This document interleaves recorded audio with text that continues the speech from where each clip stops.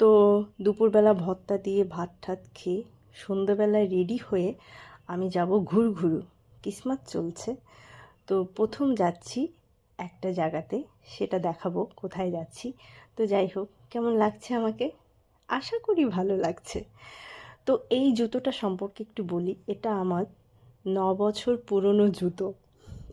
আজকে পরে এটা শেষ করব, মানে এরপর আর পরা যাবে না, নষ্ট হয়ে গেছে। তো যাই হোক, রেডি সেডি হয়ে একেবারে চলে এসেছি।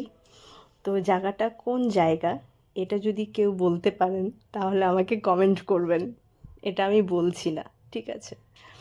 তো যাই হোক, কি সুন্দর চারিদিকে লাইটিং। আমি এই প্রথম গিয়েছি, কিন্তু এর আগে কখনো যাওয়া হয়নি আমার। তো বাবুকে নিয়ে হাজব্যান্ডের সাথে প্রথম গিয়েছি। তো আপনারা যারা চেনেন বলবেন এটা কোন জায়গা। তো যাই হোক, এই যে চারিদিকে লাইটিং খুব সুন্দর, খুব ভালো ঘুরেছি, অনেক ছবি তুলেছি, খুব ভালো লেগেছে।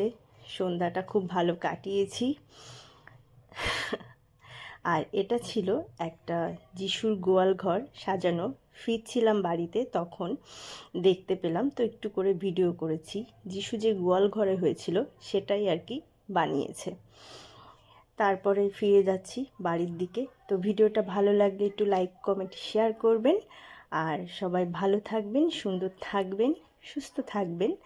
না, আরেকটু আছে, আরেকটু পরে ভিডিওটা শেষ হবে, আমি আগে বলে দিলাম আর কি।